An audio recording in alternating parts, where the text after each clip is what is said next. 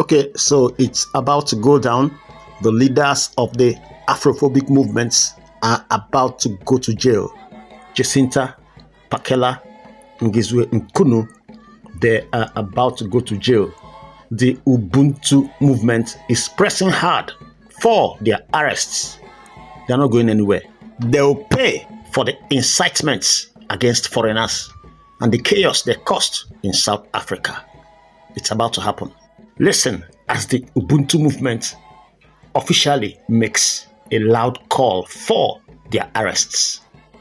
We call on the Gauteng provincial government to demonstrate leadership by rejecting xenophobia in all its forms, protecting vulnerable communities and strengthening social cohesion. Condemn xenophobia now.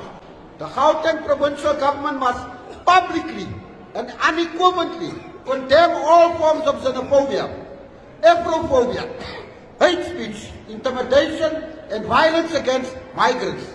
March and March ringleaders, Jacinta, Ngobesi, Zuma, Nkosana, Ndabandala, Mchunu and others must be arrested for hate speech, inciting violence and in the Pakamatani case, assaulting migrants.